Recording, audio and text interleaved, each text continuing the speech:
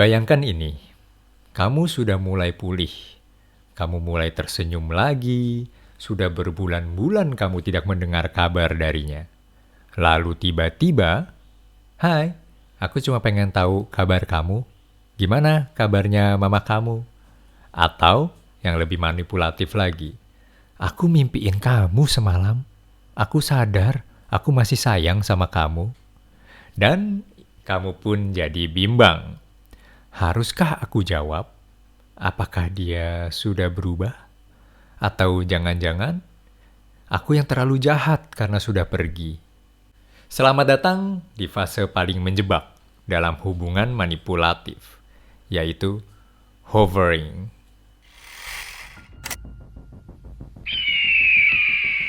Di dunia ini ada 3 jenis manipulator. Yang pertama, manipulator putih. Mereka datang dengan wajah ramah, tutur lembut, kepedulian palsu, tapi setiap kata punya agenda tersembunyi. Yang kedua, manipulator merah. Mereka tak main logika, mereka main hati, membuatmu percaya bahwa itu cinta. Dan yang terakhir, aku. Aku bukan penyelamat, aku bukan pembalas, aku adalah bayangan yang datang ketika terang tak bisa lagi dipercaya. Aku adalah manipulator hitam. Aku tak memanipulasi orang polos. Aku berburu mereka yang pernah membuat manipulasi hancur yang mengubahku menjadi seperti ini. Jika kau pernah dihancurkan oleh kepalsuan, maka kau akan tahu mengapa aku begini. Luka tidak membuatku lemah, tapi membangkitkan sisi tergelap yang tak bisa mereka kendalikan.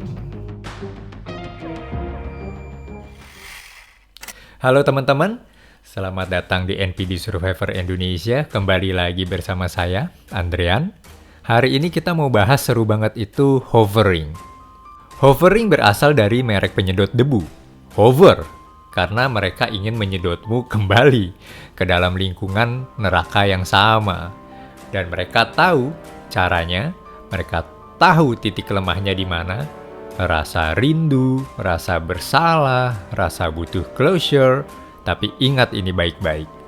Hovering bukan soal cinta. Itu tentang kendali. Bukan soal kamu. Tapi tentang ego mereka yang terluka karena kamu sempat berhasil lepas. Bentuk-bentuk hovering. Mereka tidak selalu datang dengan balikan yuk. Nggak langsung begitu. Makanya ini kita sebutnya hoveringnya halus 2.0. Kadang lebih licik, lebih halus, bahkan terlihat penuh kasih.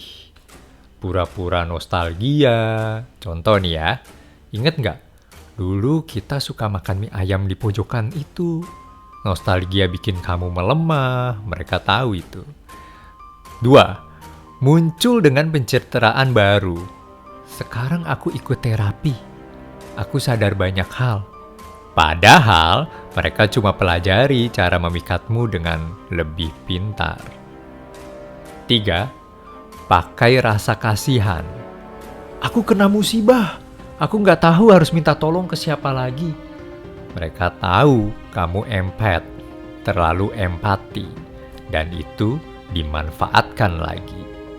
4. Karena sekarang sudah eranya sosial media, bisa lewat teman atau media sosial. Si dia lihat story kamu loh. Katanya kamu makin glowing. Flying monkey-nya juga bagian dari taktik hovering. Dia bisa suruh temennya deketin kamu, komunikasinya lagi sama kamu dengan memperbagus kata-kata, memperbagus citra-citra si manipulatif. 5. Silent hovering. Nah ini dia 2.0-nya. Tanpa kata-kata, cuma view story kamu setiap hari, like foto lama kamu, bikin kamu overthinking. Dia masih peduli nggak ya? Padahal itu jebakan psikologis. Tanpa kata-kata, sekarang hovering di era ini bisa dilakukan lewat sosial media. Tanpa kata-kata. Kenapa hovering itu sukses? Karena kamu manusia. Karena kamu pernah mencintai dia. karena kamu pernah percaya. Dan ketika seseorang yang menyakiti kamu tiba-tiba jadi baik, otak kamu mulai bikin narasi baru. Mungkin dia sadar sekarang. Mungkin ini kesempatan kedua ya. Mungkin cinta bisa menyembuhkan. Nah, ini dia yang berbahaya. Tapi hovering bukan tentang penyembuhan. Itu adalah pancingan untuk kamu masuk ke siklus baru. Karena kita tahu seorang yang diduga NPD sangat paham tentang idealization, devaluation, discard, kamu dibuang, dan 4, nah ini, hovering, kamu dipancing lagi, ditarik lagi ke nerakanya dia, dan 5, ulang dari yang pertama, idealization, devaluation, discard, hovering. Itu aja polanya, itu aja terus, seperti itu aja terus. Apakah seumur hidup kamu mau menjalani hidup kamu seperti itu terus? Saya kasih analogi ya. Ini studi kasus dari teman-teman NPD Survivor Indonesia di Discord. Terima kasih telah banyak bercerita dan sharing bersama kami di sini. Kita sebut saja mereka ini 2 sejoli. Nah, kita sebut si Mr. R dan wanitanya ya Ibu D lah. Oke, R ghosting D. Setelah 2 tahun pacaran, tiba-tiba kembali 5 bulan kemudian. Aku baru sadar, gak ada yang sebaik kamu. Lalu, Ibu D yang sudah mulai tenang, mulai mikir. Dia berubah ya? Mungkin aku terlalu keras ya kemarin-kemarin ya. Mereka balikan. 2 minggu pertama, romantis lagi, love bombing. Wah, mulai deh. Minggu ketiga, si R mulai menghilang lagi. Minggu keempat, D dimintakan pinjamkan uang. Minta uang. Minggu kelima, R mulai merendahkan Ibu D lagi. Dan akhirnya Ibu D sadar. Ini bukan cinta. Ini adalah skema manipulatif. Benar-benar manipulasi yang merugikan Ibu D. Nah, nggak lengkap tentu kalau kita udah belajar edukasi. Pertanyaannya cara melawannya bagaimana? Cara melawan hovering. Karena ini adalah pola dan pasti ada titik celah teorinya untuk melawan mereka. Pertama, kenali itu hovering, bukan healing. Ingat, hovering itu bukan healing. Kalau seseorang yang benar-benar berubah, mereka tidak akan menghubungimu untuk kepentingan mereka sendiri. Kedua, tuliskan semua luka yang kamu alami.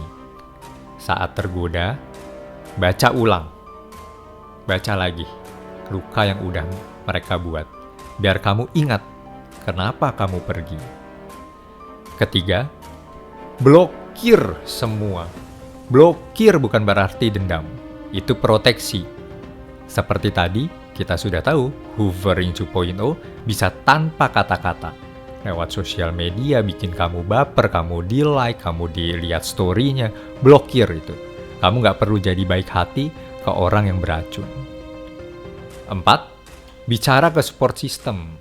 Nah, ini penting, makanya kami ada komunitas di sini. Silahkan jika ingin bermain ke npdsurvivorindonesia.com, kami sangat terbuka. Kadang kita buta saat jatuh cinta. Maka biarkan orang yang paham manipulatif atau orang-orang terdekat jadi cermin logikamu. Ingat, orang terdekat yang mengerti tentang manipulasi. 5. Jangan jawab. Bahkan emoji pun jangan.